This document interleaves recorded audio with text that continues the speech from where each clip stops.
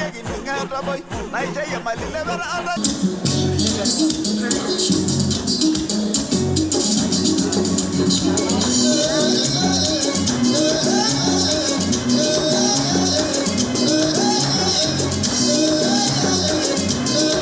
meet against the backdrop of global economic shocks and disruptions arising from the war in the Gulf, from the war in Ukraine a few years to the war in the Gulf in a few weeks.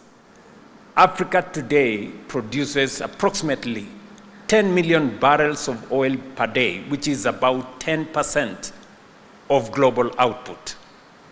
Yet, paradoxically, we remain net importers of petroleum products to the tune of 120 million metric tons annually at a cost of about $90 billion.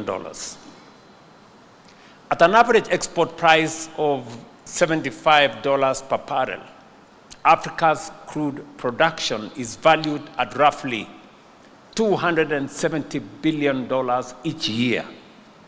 However, it is this same production, if this same production were refined domestically and exported as finished products at an average price of US $800 per ton, it would generate over $500 billion.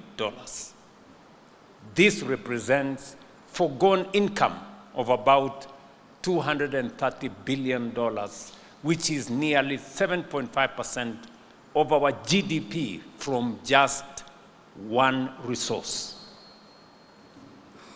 This does not even account for the additional gains from downstream industries such as plastics and fertilizers, which we currently import and which we could add another 2 to 3% of our GDP. Excellencies, what point am I trying to make? Africa's place in global trade is defined by a structural imbalance that requires our urgent attention. According to the UN Trade and Development, the continent continues to export predominantly raw materials, minerals, fuels, and agricultural commodities, while importing the very products manufactured from those same resources. In many of our economies, over 60% of exports remain commodity-based, while we import nearly 3 times more manufactured goods than we export. It should not surprise us, therefore, that manufacturing has stagnated at about 10% of GDP for the last 2 decades. We cannot continue to export raw materials and importing finished products made from them. The conversation we will have over the next 2 days must therefore be truly definitive on the way forward in terms of manufacturing and value addition. In this room, we have political leaders, we have industrialists, captains of industry, financiers, everyone required to move this agenda from aspiration to implementation. That is why I propose 3 key action points. First, we must strengthen our political resolve to deepen regional integration. Our countries possesses complementary endowments, including natural resources in one country, energy resources in another country, and an optimal location for industrial processing in the next country. These must be connected through infrastructure, roads, rail, ports, and electricity grids, so that raw materials and intermediate goods can move freely across borders. Equally important, the benefits of such integration must be shared equitably, ensuring that national boundaries do not impede the full realization of a common market with the free movement of goods, capital, and people. Second, we must establish regional platforms for strategic industries. It is worth recalling that the European Union began as the European Coal and Steel Community in 1951. Our East African community is richly endowed with renewable energy, the full spectrum of minerals driving the global energy transition, including copper, cobalt, nickel, manganese, graphite, lithium, and rare earth elements in Kenya, in Uganda, in Tanzania, in Burundi, in Rwanda, in DRC. We are all members of one community. I remember last evening talking to the president of Burundi on the possibilities that exist with the rich resources that exist in Burundi. I remember discussing with President Samia Suluhu this week. I put a phone call to President Museveni last week on this whole setup. And I want to thank you, Mzee, for finding time to be here. So that we can demonstrate leadership at the highest level to move this process forward. We must now move deliberately to pool these resources and position ourselves competitively in the global green manufacturing arena. However, we cannot achieve competitiveness without affordable energy, making large-scale investment in renewable energy an urgent priority, and ensuring that the resources that we have in our region, including the oil we have in Uganda, the little oil we have in Kenya, we must find the mechanism to leverage on these resources and drive our industrialization. When I came into office, I will give you two examples, if you can indulge me. When I came into office, we had a serious fuel crisis in the country. There were queues in our petrol stations. The first lot of people to come to see me, even before I left my former office, were oil marketers. And they told me, Mr. President-elect, we are facing a stock out. We do not have dollars. We have a crisis. And it became my first assignment, maybe baptism by fire, on my first day in office. And we figured out with my team, how do we deal with this? And I remember reaching out to friends who, for this meeting I will not mention, good friends of mine who were running multinational banks and telling them, oh, we need to do this. Little did I know that many of them were already figuring out how they are going to make money when the dollar went to 200 shillings, Kenya shillings to $1. They're already thinking how to make money from foreign exchange. I mean, I'm looking at how do we solve a Kenyan problem. It is only one bank, one Kenyan bank, Kenya Commercial Bank, that was willing to issue letters of credit and stand with us at that very critical moment. Do you know what happened? We not only solved that problem in a very permanent way. Today we have a G2G framework that many other countries have come to learn from us. Malawi have been here to learn from us. Burundi have been here to learn from us how we did it. So we solved the problem. But do you know what? Kenya Commercial Bank made tons of money in the process. Their share price went from 17 shillings to now 74 shillings.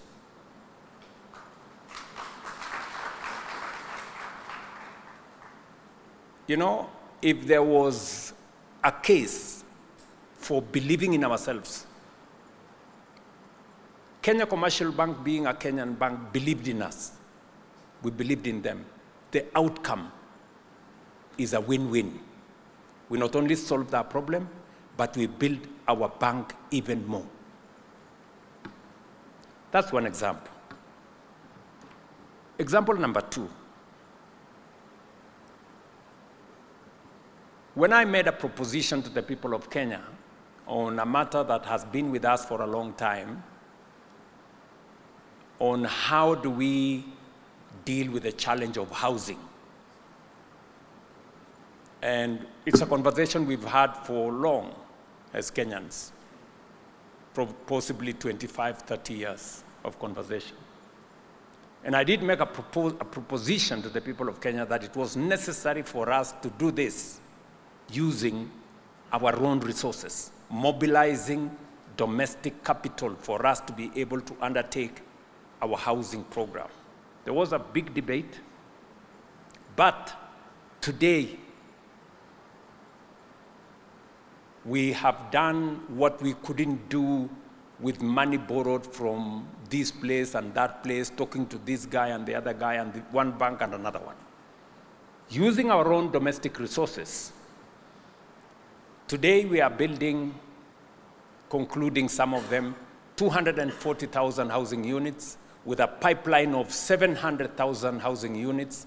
We are building hostels for 180,000 students in our universities and TVETs, and we are building 600 modern markets around Kenya with our own resources.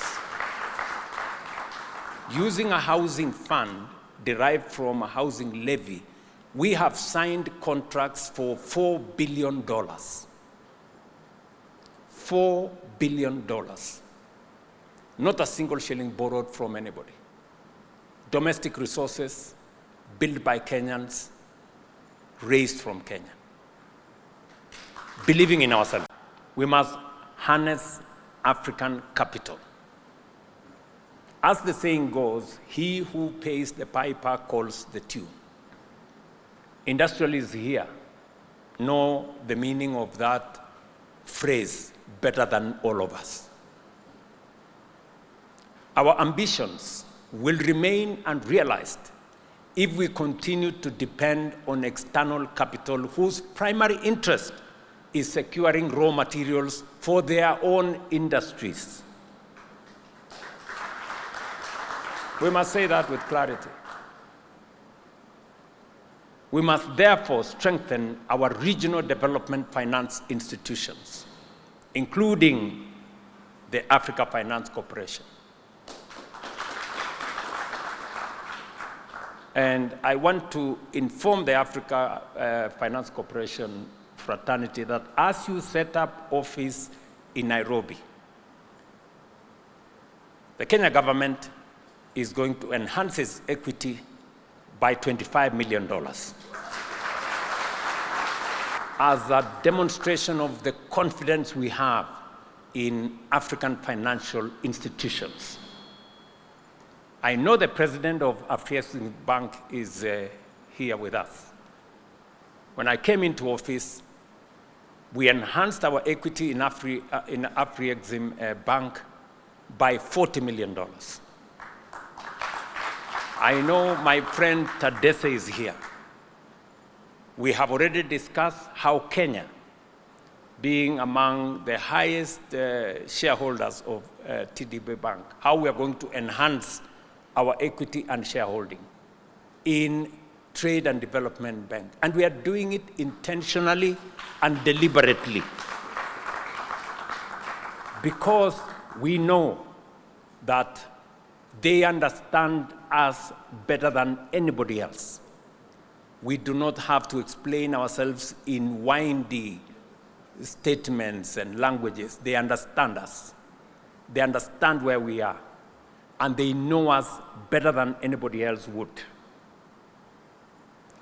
And I want to assure you that we will continue as leaders in this continent to build our own African financial institutions, give them the capacity. And I know we haven't done enough. You can count on us, we will do more.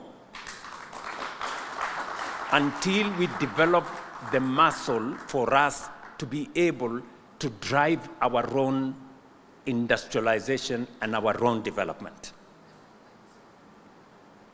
I say so with benefit of experience. And I will say this, why we must believe in ourselves. I want to say this with clarity. We must, if we are to make progress, it begins with us believing in ourselves. And this is a message I have been having a conversation with the people of Kenya. We must believe in ourselves. When the other day we divested from Kenya Pipeline because we wanted to unlock the value of Kenya Pipeline and use it for the transformation of the country, President Museveni called me and said, I want to buy 50% of Kenya Pipeline. And he told me, I don't care the price. You know? That's how serious he was. When some other pessimists in Kenya were saying, oh, you know, the price is very high, I don't know. You know, President Museveni could see beyond the price. He could see the opportunity of transforming our nation, our region together. Mzee, I want to assure you that the same way you invested in Kenya Pipeline, Kenya is going to invest in your refinery and in the future of our resources together. And hopefully we can bring all the other countries in our region to see the value, not in the short-term benefit you get from something cheap from somewhere else, but in the benefit of building something for the future that will not only earn you money today, but earn you opportunities tomorrow. Export of raw materials, unprocessed. When you export unprocessed, when you export cotton unprocessed as lint, you get $1.2 per kilogram.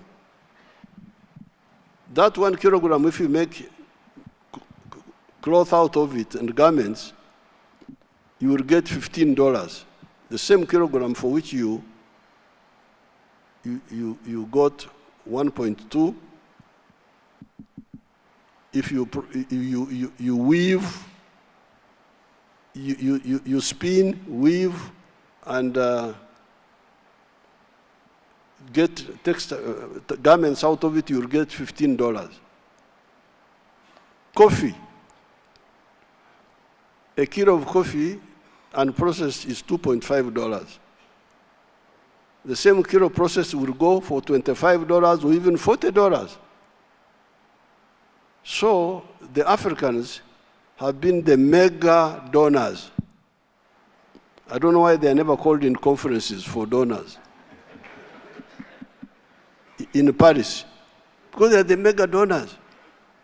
In every kilogram of coffee, you are donating $40. And they don't know. You find the Africans there putting on ties, moving around. They are not bothered. So therefore, without electricity, without the railway, you cannot industrialize. And you go on with the raw materials. That's why you have got this stunted economy. So the African economy is stunted. Stunted because of these mistakes, because of these hemorrhages. it is very true that if you don't have infrastructure, how will you have industrialization? How will you have modernization? Now, on infrastructure, we are moving very well now. From the comments of His Excellency President Ruto, from the comments of the AFC, we are all moving in the right direction. The only clarification I want to make is that there are core cost pushers. If you want your economy to succeed, you must identify the core cost pushers, which push costs in production. One of them is transport. Transport, especially the railway and the water transport. So if you build the railway, you must build it with either government money, who are not looking for high profits and quickly, or with patient capital, patient private capital. Because if you have got very high cost of transport of the railway, how will you compete? How will you compete? How will the companies make money? The other cost pusher is electricity. In Uganda, with my people behind my back, they made a mistake, and they went with a group called what? I don't know what they called them. And they built a dam, one of the dams on the Nile, using private money. When it came to the price of the electricity, production was 16 cents per kilowatt hour. How can you make money? How can that electricity help the economy? Well, it almost caused a civil war because they didn't tell me, they went behind my back. But the dams were built with government money. We are able to produce electricity at 4.8 cents, American cents per kilowatt hour. Then the old dams, the ones we have already paid for, the cost is 1.2 cents, American cents. So there, we must be very careful. It must either be government money or patient capital, not people who are looking for quick money. Then, number 6, fragmented market. If you produce, who buys? I've told you that my tribe cannot help me with, I am a capitalist also. I sell my milk. But in Uganda, it is bought by the Ugandans in Kampala. Not in my tribal area so much. Then East Africa. That's why I've been begging His Excellency Ruto, my young sister Mia, please, ruhusu maziwa yangu yaje huko bila vizuizi. Now, if you don't have a market, how will you attract capital? And the ones who invest in your country, how will they succeed? China opened in 1978. China, I have the figures here by that time. China opened in 1978, opened the economy. Our African economies were open all the time, all that time.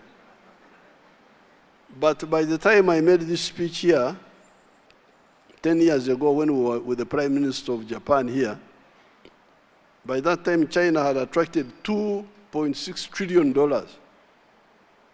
while Africa had attracted only $0.65 trillion. Why? One of the magnets is the big Chinese market inside China. one of the big magnets of attracting. So to go on with these fragmented economies is a very big mistake. And that's why I'm very happy with His Excellency Ruto denouncing the tariff barriers that stop trade among our countries. Then the other bottleneck here, underdeveloped services, tourism, banking, professional services, and so on.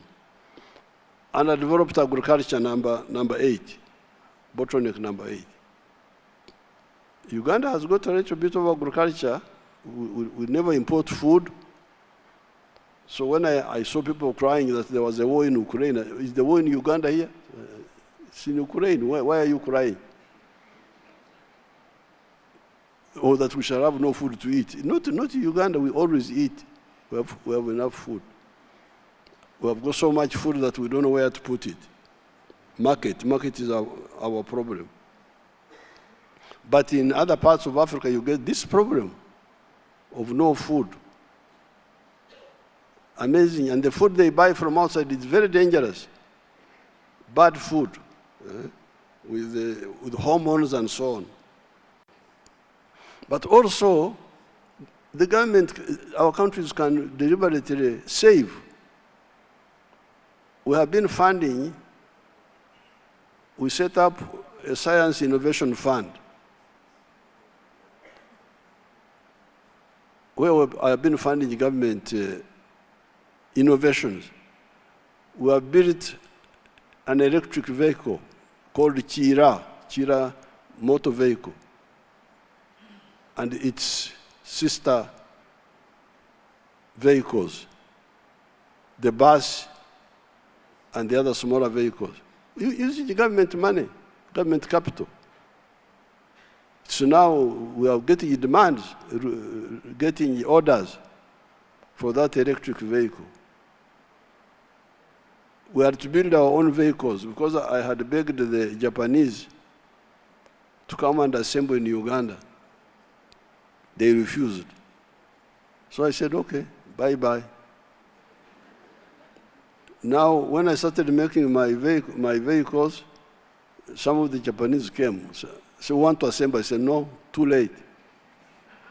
I will not allow any assembling in Uganda. You must manufacture, not assemble. The vaccines, we have been funding them ourselves. I'm going to launch an anti-tick vaccine the day after, a few days to come. So we have the capital.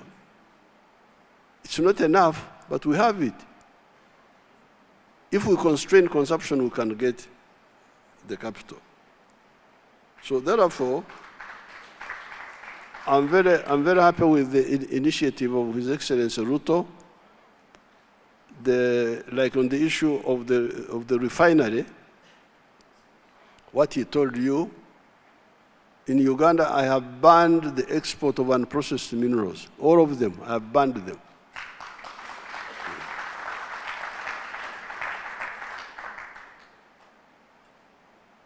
They have been praying for me to die or something like that, but no export of tin, no export of copper.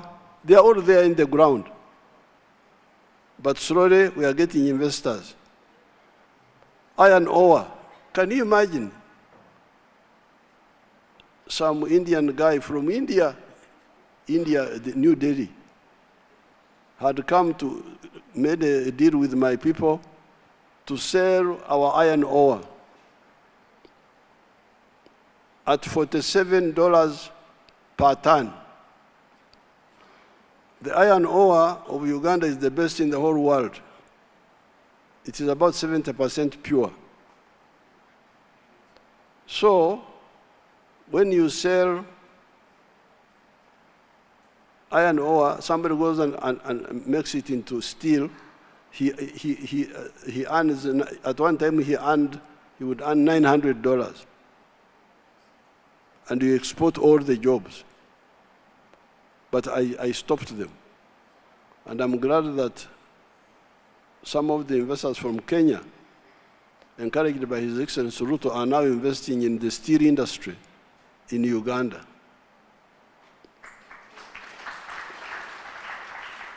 The final bottleneck was lack of democracy, because that was also another problem. Because if you don't have, I see some people trying to say democracy is not a luxury. No, democracy forces you to be accountable, to go to the people and win their support.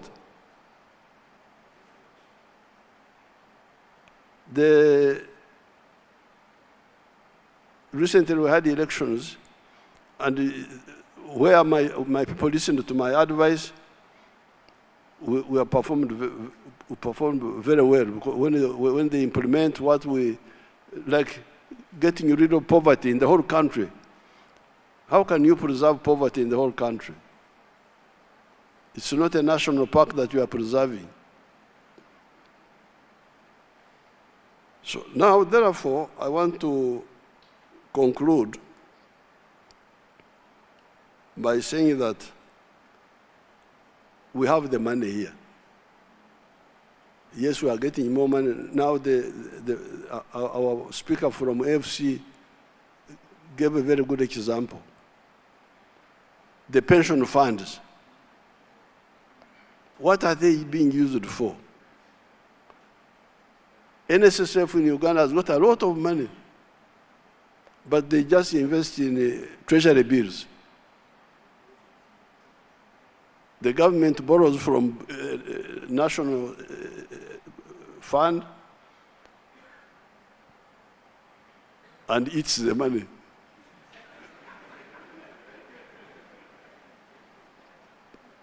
They borrow for eating. So, our expert has really challenged you people, you heard him, that the NSSF money should be not for eating. Because if you treasury bills, they are borrowing to pay debts, to pay salaries, to pay what? They are not borrowing for I call infrastructure omsomyo in our language. Omsomyo means the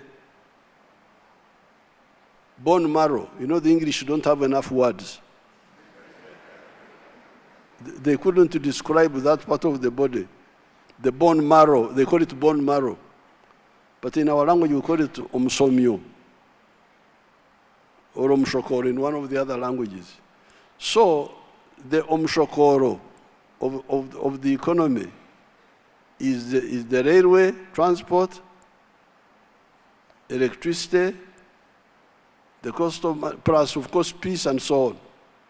So if the NSSF money is used for eating, not to build part of the bone marrow, because the English don't have enough words, it's a very big mistake. We should not look at these issues in isolated ways. This was the problem in the 1960s and even 70s. They would pick one item, rural development. Then they talk about that. Then after some time they say, oh, no, women empowerment. Then women empowerment.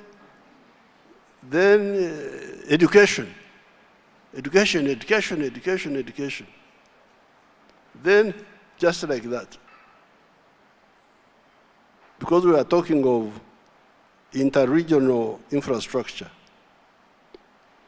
But how will you have interregional infrastructure if there are wars going on? And these wars are based on ideological bankruptcy. People believe in sectarianism. They believe in the politics of identity, of tribe, of religion. The wars which are going on in the Middle East, what is their ideological base? What are they fighting for? we know all those people. The Iranians, the Israelis, the Americans, we know all of them. We have good relations with them. But you can see that the mistakes which they have in their thinking is the one which causes all this suffering. Mistakes, ideological. I welcome these very good technical, professional ideas about infrastructure. But I think if we only focus on infrastructure alone, we may not go far. Because there are wars. There are wars in Congo, there are wars in South Sudan, there are wars in all these different places, Somalia. So how will you have infrastructure if people are fighting for wrong reasons? Therefore, strategic obstacle number one in this booklet, which I will give you, was ideological disorientation. Why do you believe in tribalism and religious sectarianism? I am a cattle keeper. I'm like these Maasais who are dancing here. I produce milk, I produce beef, I produce bananas. But people in my tribe don't buy from me. Why? Because they also have the same products. I have milk, they have milk. They don't buy from me, I don't buy from them. I have beef, they have beef. So who buys from me? The people of Kampala, many of whom are not my tribe. The people of East Africa. So my prosperity is supported more by Uganda as a country and East Africa and Africa than by my own small group. If therefore you have somebody killing people just because of religion or tribes, how will you have the corridors we are talking about? That is strategic obstacle number one. Because of ideological fragmentation, then you end up with weak states. No army. Why is there insecurity in Africa? Some of these countries have no armies. Why don't they have an army? Because they cannot build one. Why? Because or ideology. You want to have a highly paid army when you don't have money. How will you have an army? So therefore, because of that, and then when you recruit soldiers, instead of joining the national army, they join the clan armies like in Somalia. Now, if you don't have army, now on the issue of petroleum, we found it long ago, 2005. But up to now, it's now about to come out of the ground. What was the reason? Disagreeing with the oil companies, Total. They were telling my people who would tell me, refineries don't make money. They don't make money. How about the ones who build them? Why do they build them?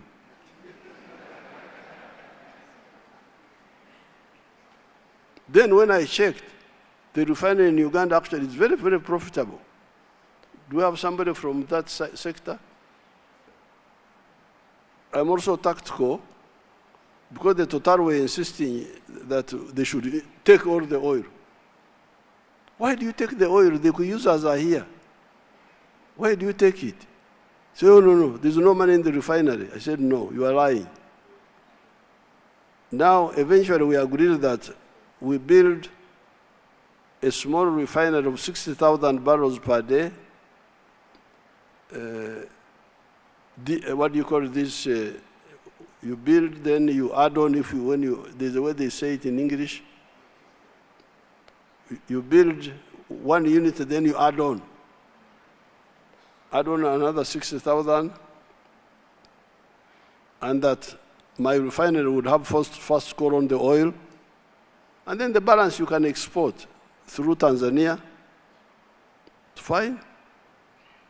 Now recently, and then that ECOP, it's now called ECOP, East African Pipeline. Later on, we could see that people of Congo could use it if they want, because there's some oil there on the other side.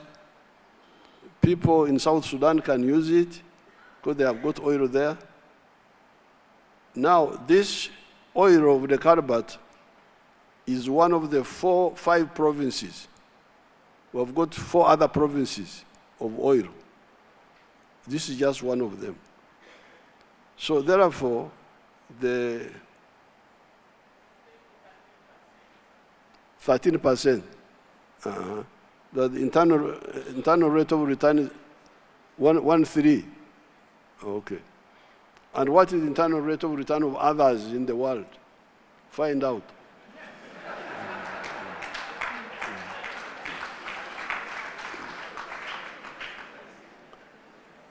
So therefore, when His Excellency Ruto recently sent me a message, I supported it, that the surplus oil, which we had given to Total to take through Tanga to I don't know where, be our contribution to the refinery in Tanga, number 1.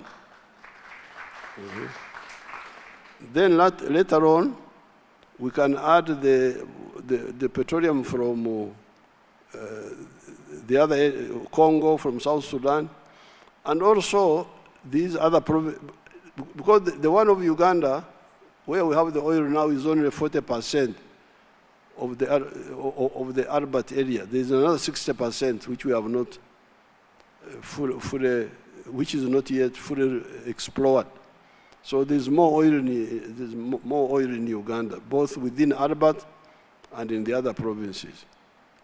So therefore, I support this idea of the Tanga refinery. We shall maintain our small refinery because we have already gone ahead. We are very far. We can't stop. The question is, how do you those refineries, if you don't want to create kwa Kiswahili tunasema wivu, jealous. Tunasema wivu, wivu. If you don't want wivu, it's better that if the countries have ownership together, like in, because that's what we were doing in the past. We were calling it East African Common Services. We are owning the ports together, East African harbors, East African Railway, East African Airways, East African Development Bank. It was all East African. If it is all ours, then it is ours. Then it is not either me or you. Hakuna kushindana. You are all together. So with these few words, it is now my pleasure to participate in the meeting.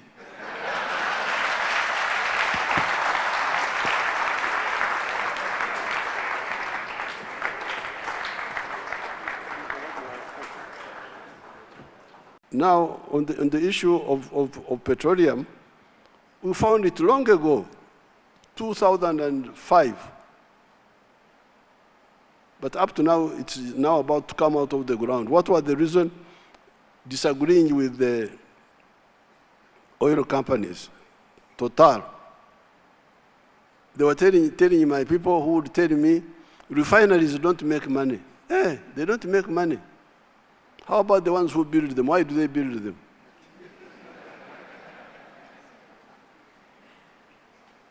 Then when I checked, the refinery in Uganda actually is very, very profitable.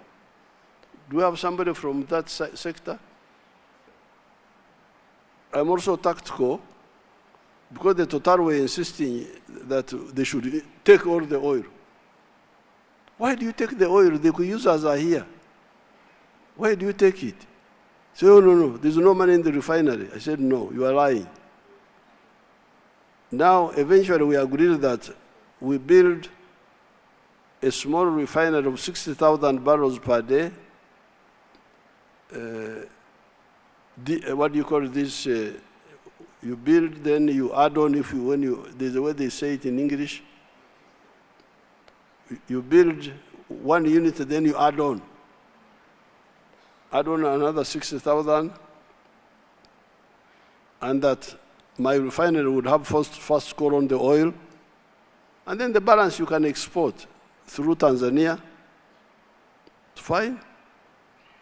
Now recently, and then that ECOP, it's now called ECOP, East African Pipeline. Later on, we could see that people of Congo could use it if they want, because there's some oil there on the other side. People in South Sudan can use it, because they have got oil there. Now, this oil of the Carabat is one of the 5 provinces. We have got 4 other provinces of oil. This is just one of them. So therefore, the 13%, the internal rate of return is 1.13. Okay. And what is the internal rate of return of others in the world? Find out.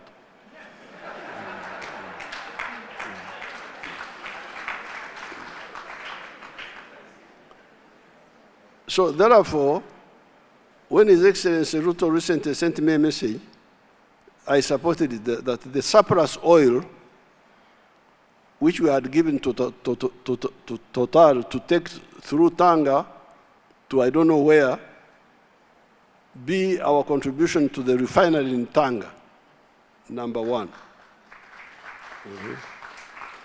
Then later on, we can add the petroleum from the other Congo, from South Sudan, and also these other provinces, because the one of Uganda, where we have the oil now, is only 40% of the Arbat area. There is another 60% which we have not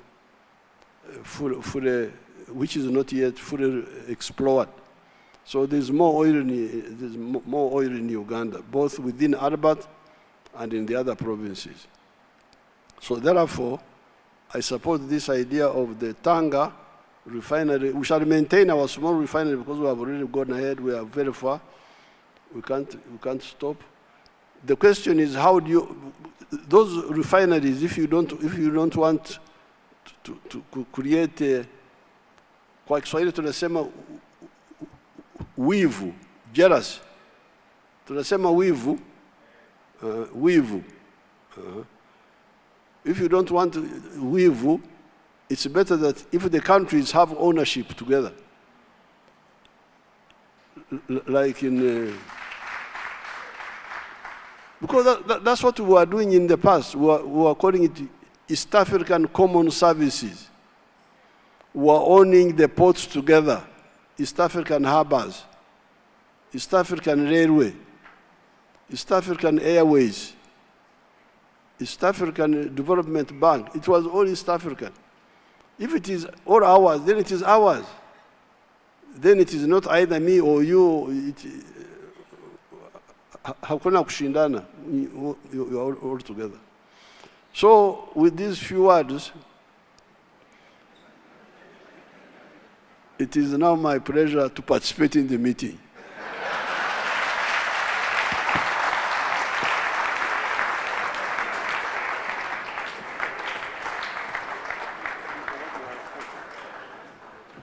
Why we must learn how to build self-sufficiency. Right now, we have big financial institutions that are very hungry for big ticket items, and we are also big in terms of our own vision. You know, I mean, before, there's nothing that, any one of us will sit down and say, no, I want to build something like, I mean, when Samaila was heading our finance, long time ago, this was 2003, 2004, 2005, we were even paying 44% interest rate in Nigeria. We had to go to IFC to raise money. Our first loan abroad was 478 million. And this thing can be done. 478 million, Somalia gave them a calculation that, okay, we need 3 years loan. They said, no, you guys, you don't know what you are talking about. You need 7 years. 2 years moratorium, 5 years payment. We said, okay, we agree because we are desperate for the money. When we took that money, we paid it back before the expiration of the moratorium, which is 18 months. 24 months, but we paid the money back in 18 months. So it is possible. Africans can do it. Let us not be scared. Let them not come and convince us that, no, somebody needs to carry our raw material to go and produce and bring the items here. I must really thank President of Uganda for taking this bold move. Stopping the export, they will be forced, they will come and produce. Why do you want to take the raw material, then you bring it back? We too, we have educated people. We have big financial institutions. It's not like before. Things have changed. The instructions are very clear that our minerals, you know, for the record, sit down, was it?